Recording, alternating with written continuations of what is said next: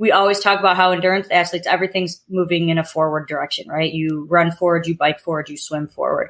And so your body likes to move in multiple planes of motion.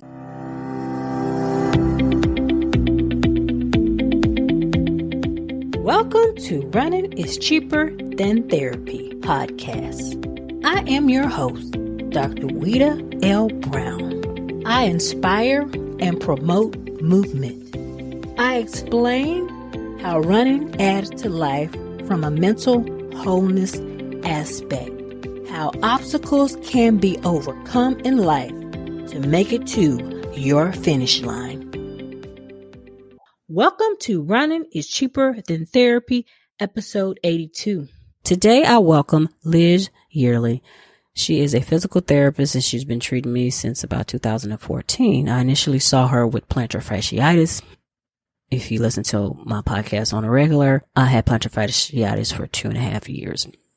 She's also seen me for a plethora of other injuries and as well as post-surgery. She was recommended by another physical therapist who also went to college with me, Florida A&M University. I've been seeing her for years because she deals with a lot of endurance athletes, runners, triathletes. Actually, one of her athletic trainers in our office has done numerous triathlons, and he runs a marathon in about 3 hours, goes to work like it's nothing. He's amazing. He also will get up and just ride his bike to Wisconsin. So I enjoy going to therapy at their facility because I feel like they get me.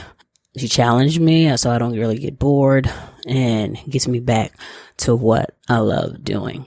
So Liz is, again, a physical therapist. She's also certified athletic trainer, massage therapist. She offers a unique perspective on injury prevention, maintenance, and the rehabilitation of patients and her athletes. She has experience training anyone from a collegiate athlete to the weekend warrior. She sees many common orthopedic injuries, including post-surgery and overuse injuries, which is common in the endurance sport population. She has a vast knowledge of biomechanics, which allows her to examine athletes' movement patterns and resolve dysfunction to help decrease injury and improve performance. She has a hands-on approach with focus on soft tissue dysfunction. Again, she has numerous certifications, active release or ART, dry needling, as well as other certifications that help in the treating of her patients or athletes. She's volunteered in numerous triathlons and marathons, including Madison Ironman. She also developed the Chicago Recovery Room, which is open to the public. You don't need a prescription. It's a state-of-the-art in recovery, has compression boots, ice bath, and they do a lot of education of athletes at all levels. And she tries to work with clients who may not be able to afford or have issues with insurance. So her goal is to provide access to as many people as she can. So welcome, Liz, to the show. Thanks for joining me today. You bet. Thanks for having me. So what made you want to become a physical therapist? I'll start with that. Oh, yeah. That's always the first question, right? So I was an athlete my whole life, and I've since learned that I was the classic trainer rat. I was always the athlete that was in the training room, trying to get tape, trying to ice, trying to think I was an athletic trainer. But at any rate, when I was 16, I was playing basketball and I tore my ACL. So kind of a classic injury for young women. It wasn't the first in my family. My older brother tore his ACL. I tore my ACL. My younger brother tore his ACL. My dog tore its ACL. Your dog? My dog. So we were very, very familiar with kind of the therapy around that. So this was probably in 1996. The therapy was, it was definitely season ending. It took a good 9 months, 12 months to get back. The protocols were a little slower back then. So I was really exposed to physical therapy. And my mom tells a funny story that I would go to therapy and I'd come home and I'd say, I think I want to be a physical therapist. She just puts me on the bike and drinks coffee. And so that was So you were bored. I mean, that is not at all what my day-to-day looks like, but I really love my physical therapist. She was super motivating. They got me back my junior and senior year. And so I think I knew I wanted to do the component of physical therapy that was related to helping athletes. So yeah, the kind of classic, I was injured and exposed to therapy and decided that's what I should do. So what other sports other than basketball did you participate in? I played softball. I liked basketball, but I was much better at softball, but I might have liked basketball more. Okay. You had any other injuries? I mean, not season-ending injuries, but other injuries.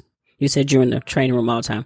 Prior to my ACL, I had like a meniscectomy, which back then they just snipped and took things out. But besides that, I would have your classic like ankle sprain at the beginning of every season. I think I had a thumb injury one time playing catcher, just little things. But the ACL was definitely sort of that surgical intervention was the biggest kind of rehab exposure to me early on. Okay. I noticed you have a bachelor's in psychology. Does that help you in your day-to-day dealing with patients? I like to say yes. I mean, I think that the psychology around healing is huge. They're starting to teach it a little bit more, but when I went to physical therapy school, they didn't touch on, I mean, they're calling it sort of pain science now and sort of the psychology of how you talk about pain, how you talk about imaging, how you talk about findings. All of that can be really impactful on how somebody perceives their injury and their ability to get back, to performing. So psychology absolutely is a part of my job. And so I think having a background in it as a bachelor's degree is absolutely helpful. I noticed you also have a number of certifications, athletic trainer, strength and conditioning specialist, active release technique, massage therapist. You do other things. Can you tell me a little bit about your certifications and what they add to your practice?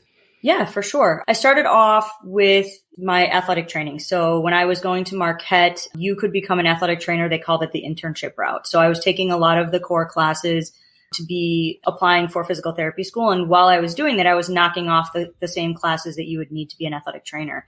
So I kind of worked as a student athletic trainer in the Marquette University training room. And that got me the clinical hours to sit for the board exam. They've since changed the licensing. So now you have to actually have a master's degree to be an athletic trainer. I was back sort of in this pre-internship route, they called it. So I have maintained my athletic training license, which is super fun and kind of just sets me up to be a little bit more that first responder. So I can deal with athletic injuries that happen right away. Most physical therapists in an outpatient setting, we see you after like the initial swelling, the initial injury. You might have seen a doctor already, and we're sort of a week or so out. As an athletic trainer, you're seeing the injury right as it happens and determining, what this requires. Does this require a trip in the ambulance? Does this require an x-ray? Is this something that I can kind of initiate treatment for? So that my athletic training, was definitely relevant and I think super helpful in my physical therapy practice. I then later on decided to go and get my license in massage therapy. Mm-hmm. And, I really did that as a loophole to the Practice Act for physical therapists. So okay. Back in the day, you had to have a prescription from a physician to go to physical therapy. Mm-hmm. And so there were so many people who would come to see me. And when they were finished with therapy, they'd say, can I just come back for you to just, do that thing on my IT band? And I'd have to say, unfortunately, I can't. And that's not covered by your insurance. And so I was like, I could do this as a licensed massage therapist. So I went back and got my massage therapy in 2011. A few years after that, maybe several, like 2018, I think the Practice Act changed. So now we can actually see people without a prescription. We can do more wellness services as a physical therapist. So those are my three major, licensures.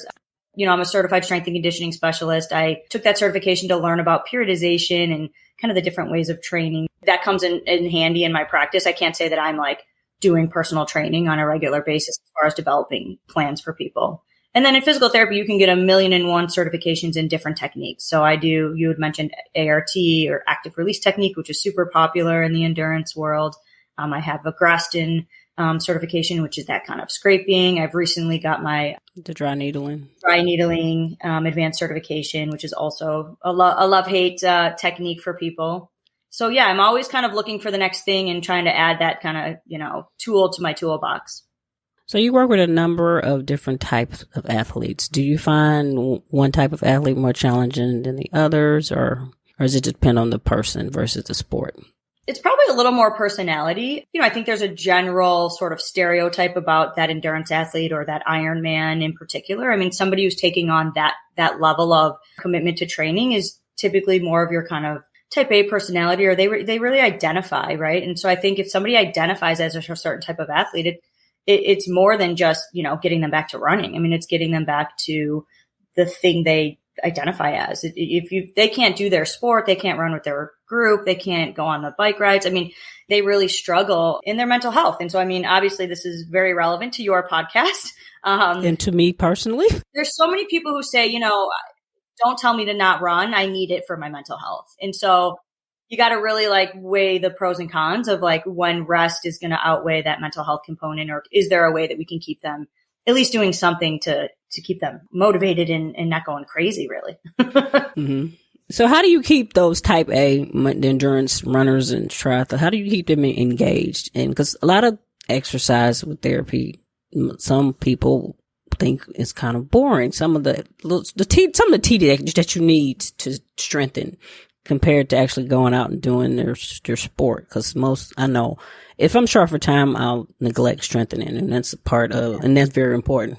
So how do you keep people engaged into doing therapy when they just want to go run? It's really education, and sort of even just saying, like, you've probably heard me 1,000,001 times say, I know this is extremely boring. Like, I know this doesn't seem like a big deal. But if you want to be a runner, you have to do these exercises. I also try to find like an exercise that appears easy and have them do it properly. And a lot of times it's really hard. And so true athletes are really motivated by like, wait a second, why is this lifting my leg up and down so hard? So if I can kind of find that one or two things that are a little bit challenging, it's sort of like I say, I got to kind of catch them, right? I got to grasp them and get them on board with understanding the importance of that. And then I explain how really the therapy exercises aren't just injury prevention. They're actually performance enhancing, right? Like if you have all of the little tiny stabilizers doing the right thing and all your foundational muscles doing the right things, you're going to be a much better athlete. The rest of your body has such a better base to work off of. So I try to explain that piece too, that it's not all about the grind, but it's some of those like nuanced kind of ancillary muscle work that's really, really important in keeping people performing at their best and injury free. That makes sense. Do you have a favorite type of client or type of patient? I mean, would you say athletes or just a particular type of athlete? What would you want to say? Yeah. No, I mean, I definitely like active individuals. I like athletes. I find it challenging. No, yeah. I mean, I probably just like the more younger motivated. It's much easier to work with somebody who's kind of reaching for the same goal that you are. Like if I'm trying to get you better and you're trying to get you better, right? It's probably easier to answer the question, what kind of patient do you not like to work with? Okay. It's sort of the like quick fix, right? Like physical therapy is not a quick fix. And so that's a really hard sell to people. There's some things that we can do to make you feel better, right away. And maybe sometimes in those certain scenarios to, resolve the situation. But for the most part, it's the education. So I like, patients that are willing and just as motivated as I am to get you back to doing what you need to do. So what would you say is the most important aspect in rehab for a runner, triathlete that they often overlook? Like which particular focus or exercise? I know strength training I mentioned broadly, but. Yeah, that's kind of a tough one too. I mean, strength, I think sort of the cross training and strength piece is really important in endurance athletes. We always talk about how endurance athletes, everything's moving in a forward direction, right? You run forward, you bike forward, you swim forward. And so your body likes to move in multiple planes of motion. So if you can get kind of the side to side muscles going and the transverse kind of the twisting motions going, that's going to help you. You don't use those in your everyday triathlon, the typical triathlon sports.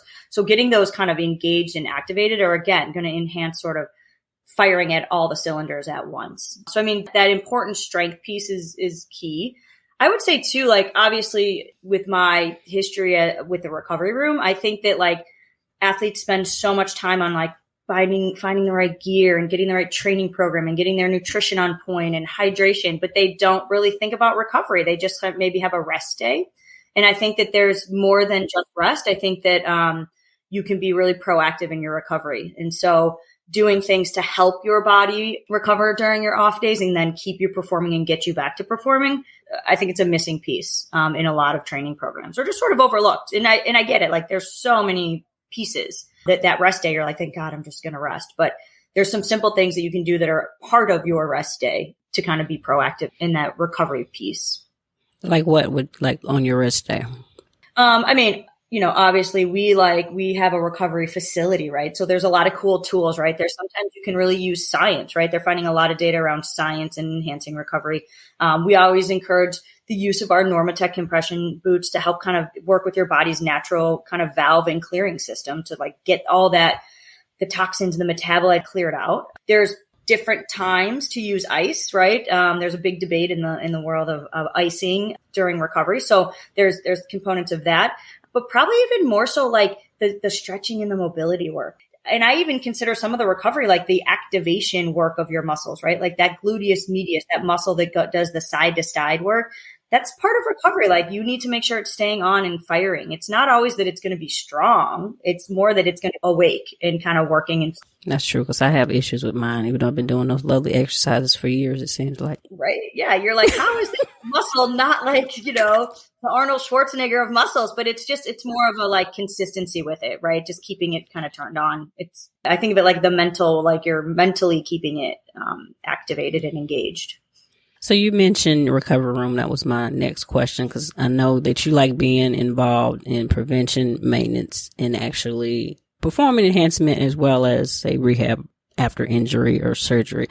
Is it hard to incorporate that just with the therapy? Because most of the time you see patients after they're injured, after they neglected something or they've had surgery. So your recovery room kind of combines both of those or all of those components. Yeah. So, I mean, like for us, the setting is sort of like recovery room attached to a physical therapy clinic just makes a lot of sense for us. We think of it as a continuum of care. So we meet a lot of people where they come into the recovery room, they're already injured and they think doing compression boots is going to fix their injury. In that case, we're like, oh, actually, you probably need some physical therapy. We have a really popular service called a tune-up. Okay. And so the tune-up is that soft tissue work, that kind of hands-on piece that's going to keep the muscles flexible and pliable and doing what they need to do. So it's that education piece of before and after therapy is when the recovery kind of parts fits in our model. So you do a lot of education as well as. That's all. Yeah. So, I mean, you'll know when you finish a body therapy at our clinic, we give you a certificate that says, come back and try one of our tune-ups, because we think it's really important to be exposed to it. And some people don't really appreciate, how helpful it can be in a training program.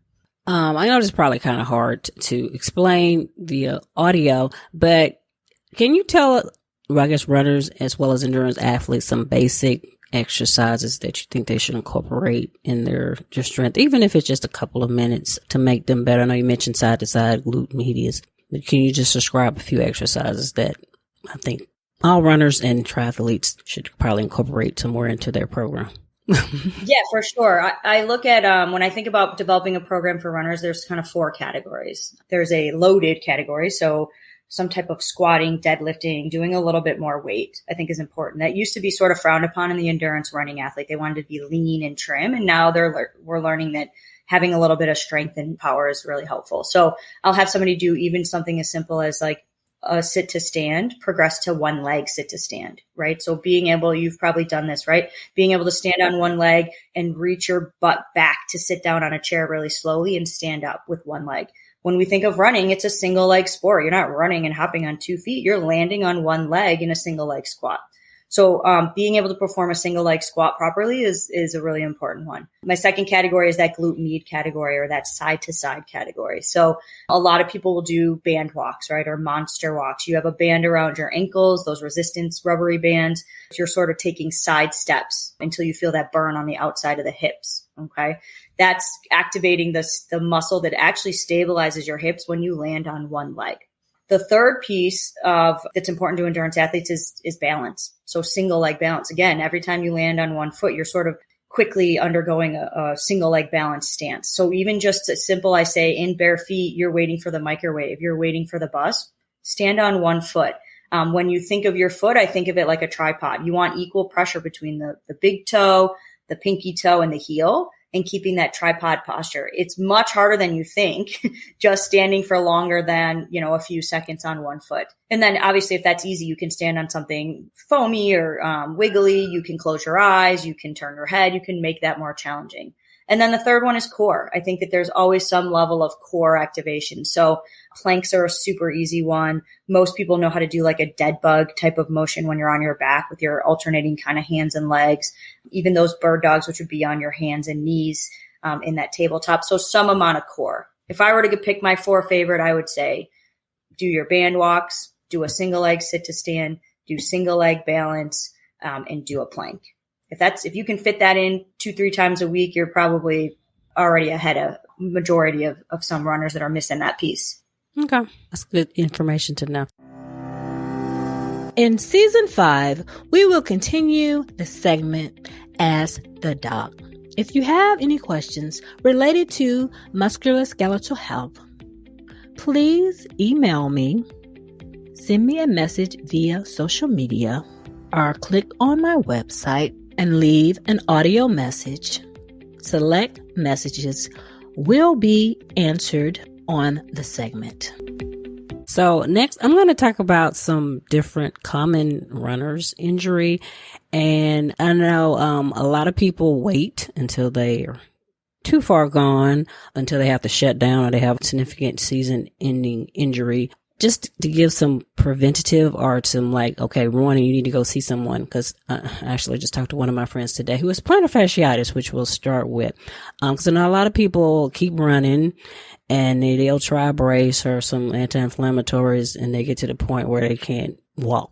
When is it the time when you need to say, oh, I need to see somebody, whether it be my doctor or my therapist or chiropractor or someone, before it gets to the point where they can't race? I'm like, I'm going to do this race and I'm just going to keep running and it'll go away, and that doesn't happen.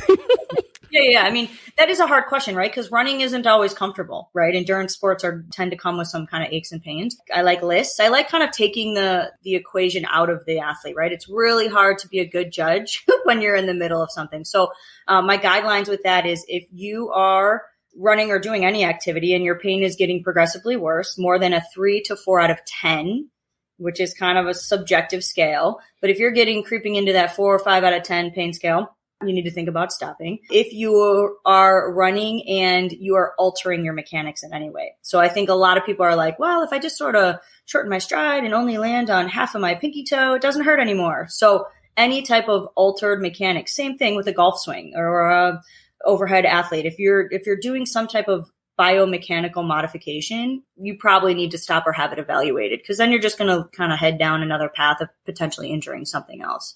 And then pain that's just progressive. Like you can definitely give it a mile or 2 or 3 to warm up. But if that pain is not warming up, then you need to be a little bit more concerned. Muscles warm up. Other structures don't warm up. So things that get progressively worse as you train typically are something that need to be evaluated. And what are some things that people can do, say, if they have plantar fasciitis and they either don't have the time or to prevent it from progressing? They notice some heel pain when they run. What are some things that person can do to try to before it gets to the point, or until they get to the doctor? Because sometimes it's hard to get to an appointment or till they get to a physical therapist and their insurance may not cover it, or all of the many things that keep us from going. Right. We know this. Plantar fasciitis in particular is an issue of sort of the fascia along the entire back of the leg. So stretching the calves and stretching the hamstrings, which is the muscle on the back of the legs, is your kind of first thing. Typically, we hold stretches for 20 to 30 seconds. There's a lot of ways to stretch. You want to stretch sometimes with your knee straight when you're doing a calf stretch, and sometimes with your knee bent to get sort of different parts of that muscle. Taking a lacrosse ball or a golf ball and rolling it along the bottom of the foot can be really helpful as well. Plantar fasciitis typically is an issue of the fascia where it attaches into the calcaneus or the heel bone. So if you can kind of eliminate the tugging on that fascia on the heel bone by loosening it up or massaging it out yourself, that can alleviate some of your discomfort. Same thing, you also want to massage the back of your leg, right? So there's the stick, there's hypervolts, there's lacrosse balls, there's foam rollers. Doing different kind of soft tissue releases on the back of the calf are really important as well. And then, again, not to kind of beat a dead horse, but typically then we strengthen all of those same things. We strengthen your glute muscles. We strengthen your balance muscles. We strengthen your core muscles. We have to figure out, why was the plantar fascia sort of the weakest link? We need to look at your footwear. I think with plantar fasciitis in particular too, the feet and footwear is really important. So, determining, are you an overpronator, an underpronator? What's going on with the number of miles that you have on your shoes? So all of those things, some simple arch support or good change of shoes, if it's early on in plantar fasciitis, oftentimes does the trick too. So those are sort of my go-to initial thoughts on that. Okay. What about ankle sprains? I know you mentioned you had a few when you were playing basketball, and a lot of people get them and they just keep running and didn't do anything to them. But I mean, one ankle sprain leads to 2, 3, 4 usually. Yeah, ankle sprains are so funny because for some reason they're not like taking that serious, right? Like a lot of doctors will just be like, oh, just rest and ice and, tape it up or whatever. And I could follow up with the research, but they've done some research that like most glute med weakness, like people with glute med weakness have a history of ankle sprain. There's some connection between the glute med and the ankle, which is sort of fascinating. The glute med is the key to the leg. I mean, I know you're going to be like, that lady, I had her on, all she talked about was her glute med. But it's just like, I always say, like, we can fix 80% of things if people know how to turn on their glute med. I agree from my years of therapy. I mean, there's mechanics. I mean, I don't want to downplay what we do, but like, that's a really good place to start. So, ankle sprains is a ligament injury. So ligament is different than tendon and muscle, right? So ligament is a passive stabilizer. So once you've torn it, stretched it, whatever, it can maybe scar down and heal, but it typically tends to be kind of stretched out. And so balancing on one leg, big deal. The motion particularly that we strengthen is eversion. So moving our toes, if you're looking at your left foot, moving your toes to the left. So outside, away from your body with a resistance band. Even just like balancing on one leg on your tippy toes, right? Because a lot of times the ankle injury happens when you're in plantar flexion or that tippy toe position. So it's really turning on some of those kind of lower balance muscles to kind of take up the slack for that ligament that's sort of stretched out or not doing its job. Okay. Another one is, it's two more.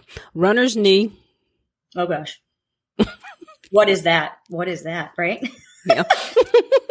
Runner's knee is, I think, a catch-all term for sort of typically front of the knee pain, right? So for us, it can be patella tendinitis, which is sort of the quadricep muscle, which is the muscle that runs down the front of the thigh, ends in the patella tendon as it attaches below the knee. And that can get really irritated. It's usually irritated with a new onset of activity, running, jumping, more impact. Runner's knee is also sometimes commonly referred to as a patellofemoral issue, so a kneecap tracking issue. Those are probably your two kind of classic examples of runner's knee. And so same thing when we treat those, we look at our categories, right? We strengthen our glutes. We do work on balance. We want to make sure in those particular situations that your IT band and your quads and your hamstrings are nice and loose. So doing your flexibility, stretching, mobility work is going to be really important. Same thing. There's some bracing or taping that you can sometimes do. A lot of times what happens with runner's knee is it's almost so painful, it's hard to do the therapy exercises. So that's a real struggle for us. So if we can stabilize or use a brace or taping kind of temporarily to allow you to be able to do the exercises properly to get over the hump, that can be really helpful, as well as kind of getting the right muscles then doing the task that tape or that brace is doing. So that's, the same kind of routine with these lower extremity injuries. You actually mentioned the next one, the IT band friction syndrome. Yeah. So the IT band is, again, it's not a muscle. It's a piece of fascia, right? And it runs all the way from the top of your hip and it attaches below the knee. I think of the IT band as, again, if we're thinking of it like as a passive stabilizer versus an active stabilizer, it's sort of a passive stabilizer to the side of your body. So the IT band will get really tight when the glutes are weak because it's trying to stabilize. And so I always say, everyone says foam roll your IT band, which is important. But if you start foam rolling your IT band and take away your passive stabilizer before you start strengthening the glutes and the other stabilizer muscles, you're going to actually have a bit of an imbalance. So you have to do some of the strengthening with the loosening of the IT band. The foam roll is really great to attack the IT band, kind of all along, up and down the side of the leg. So you go all the way from the top of the hip, kind of over that bump on the side. You don't spend too much time on the side, all the way down to the top of the knee. And you're really looking for the tender spots and trying to loosen them. A lot of times I'll say you'll stop at a tender spot and you'll bend and straighten your knee while you're on a foam roller. But again, you got to work on the below, the knee is sort of the tattletale from the ankle and the hip. So if there's knee issues, it usually means you have a balance or a instability at the foot and ankle and a weakness at the glutes or the hips. So you kind of got to work those two pieces so that the middle isn't getting sort of tossed around and overworking. Part of my podcast is to have guests who've overcome obstacles to make it to their finish line. Can you tell me about an obstacle that you had to overcome either in your career or when you participated in a lot of sports when you were younger or just in life in general? Gosh, that's such a hard question. I'm like, which way should I go, right? Well, you can do multiple ones if you want. Yeah, I mean, I think that, when I think about my career, I think one of the biggest obstacles is a little bit your mental health, or you're sort of believing in yourself. Like, I know that I started this business in 2013, and I sometimes am like, I don't know who I thought I was, that I should, walk into this.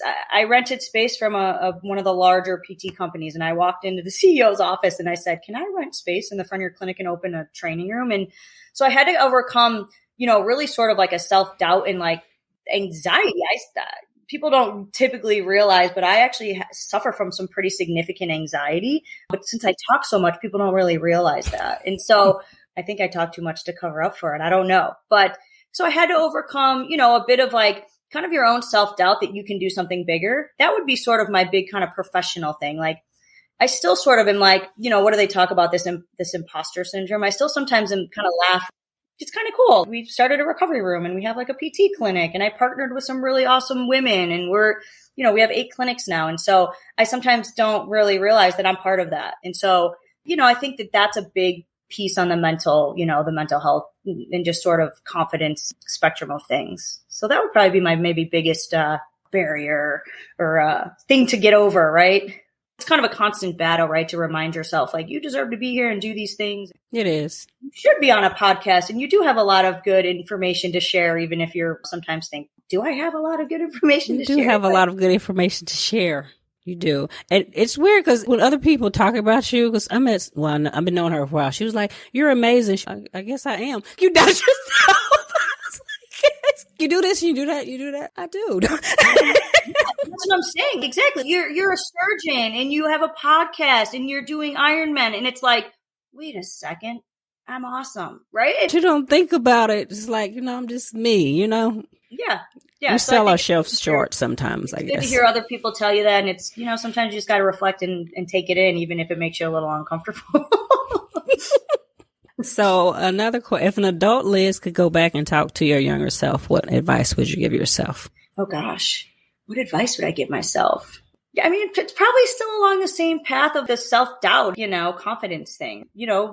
I belong in this profession and I belong to have a voice in it, and I could do, really great things. And so maybe just not having as much anxiety about the outcome or what people are going to think about it.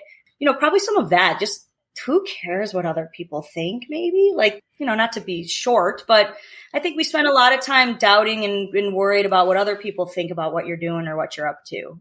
I started I'm in an interesting place because I'm older and I'm 42 and I'm just starting a family, and people were like, you were too into your career and you waited too long for family. People actually told you that? Well, or maybe I told myself, or I assumed society. Maybe it was more that. Maybe society was telling me that. And so I tell my younger self, like, it all worked out. I did the career thing, and I still ended up meeting somebody when you meet somebody, and have a family when you have a family. And you can kind of do it all, right? If you really want to, and maybe you don't want to. Maybe you don't want that other part. So maybe I tell my younger self it's probably going to all work out. So just chill out a little bit. And enjoy the process, huh? Enjoy the process, exactly. So do you have a bucket list as far as your business and career, or do you feel like you're like in it right now? Gosh, yeah. Do I have a bucket list? I found some really amazing partners that share a vision. I think that's key. Yeah, I really want to just kind of like, healthcare is so hard right now, and it's so messed up with insurance and authorizations. And so what we really wanted to do as, from my business standpoint, is just meet people where they are and offer options, right? Like, we try to work, like, we obviously take insurance, but we try to offer cash options, and we try to have membership options. So I think the bucket list is still just trying to be like accessible to a lot of people, right? And just helping, in whatever way we can. Yeah, I know it's hard because with insurance and people change insurance with people's jobs, and you're not in network, and therapy's expensive. So it's kind of hard the way, and some people don't really know how to navigate. I work in healthcare, and it's hard to navigate myself. It is. I mean, and there's so many people who are like, I got insurance, I can come see you. And then we check and they have like a $7,000 deductible. Yeah, or they have 7 visits or something crazy. So like, it's really hard. And I'm the same way. Like, I live in, insurance every day, and it still catches me sometimes. And I'm like, that was one of the reasons for starting the recovery room, a long time ago, was to just try to offer people some accessibility. But yeah, it's hard. Our healthcare system that could be a whole nother podcast probably.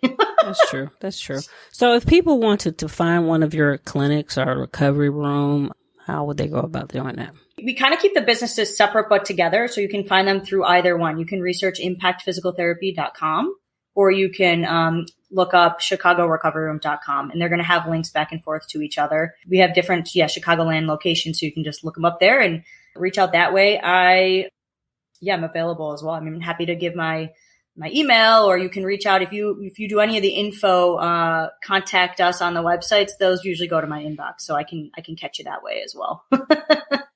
So another question, if a person wants a run analysis, do they have to be a patient, or can they do it through the recovery room, or just basically pay for that specific service? Yeah. So we have a cash option where you come in and you're just looking at your mechanics. It's usually a 2-session visit.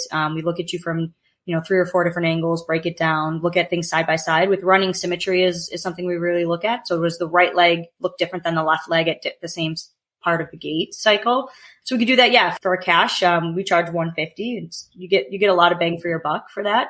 And then otherwise, if you are a current physical therapy patient, you have pain or dysfunction, and running happens to be one of your goals, oftentimes we roll it right into a physical therapy visit as well. So it's a little case by case, but you can kind of get to it either way. And what do you actually look at when you do the running? You said side by side, but what specifics do you look at when you do the running analysis? Yeah, so a big thing with running is, so from like the back view, the posterior view, we're looking at, again, what those hips are doing. So a picture is worth 1,000 words. So sometimes people don't believe they have weak glutes. And so if you freeze frame somebody at the middle of their stance on the right leg, in the middle of their stance on the left leg, you'll notice maybe we call it a hip drop, that one side is dropping. When the side is dropping, it usually means there's a weakness, again, in the glute muscle. We can do almost like a shoe or a foot assessment in running, where you initially contact the ground, what your foot does when you contact the ground. Are you an overpronator? Do you pronate too fast? From the side, it's really important to look at where you're contacting in relationship to your center of mass, or that kind of ground reaction. So, everyone talks about being a heel striker, a midfoot striker, forefoot striker. So we can tell you what you are and maybe give you some advice on what's potentially a little bit better. So overstriding a lot of times is associated with heel striking. And when you strike way out in front of yourself, you get what's called a braking impulse, or like a decrease in momentum, kind of going backwards, versus sort of assisting you with running and falling forwards. So we do a lot of cadence kind of calculating and training as well. So we find that people who heel strike or overstride tend to have slower cadences. So sometimes just bumping up the steps per minute can be a really simple fix for some mechanical issues. And then, you can look at anything. You can look at, arm swing. You can look at head position, kind of how upright they are, from their trunk. Are they leaning? Are they standing actually with too upright of posture? We look at vertical displacement. Are you kind of running and hopping versus sort of falling forwards? Those are some of the most common findings that you'll see with the running analysis. Do you recommend not a brand of shoe, but a type versus if they need some stability or neutral or? Yeah, it just depends on your foot posture, right? So there's stability shoes, there's neutral shoes, there's minimal shoes. And so depending on your foot position or posture, we recommend a type. So if you are more of a pronator, you're going to need more of a stability shoe. Sometimes if you're more of a supinator, you actually don't want a stability shoe. You want more of a neutral shoe or a cushioned shoe. So again, that's almost just kind of a case by case situation based on your foot anatomy. I also read on your site that you do bike fitting. We do. Yeah. So I didn't know you really did that, because people have a hard time finding bike fitters. We don't do a lot of it. So I'm not going to be able to put you on the bike and tell you what bike to buy. But once you buy your bike and you bring it in and you tell me about what's going on. So a lot of times people have, like a hamstring issue or a knee issue. What we do is we look at the optimal position of your body on the bike, and we actually change the bike to fit your body. So it's a little, we might work on some range of motion and stuff like that. But the thing that's neat with a bike is that you can kind of make it fit the person. And so doing subtle changes to, for example, your seat position can change the angle of your knee. It can change your pedal stroke. If we move your seat forward, we're going to engage your hamstrings more. If we move your seat back, so there's some really subtle things, and it depends on your sport too. If you're a triathlete, then you don't want to bias a hamstring or a quad during cycling because you need your quads, right?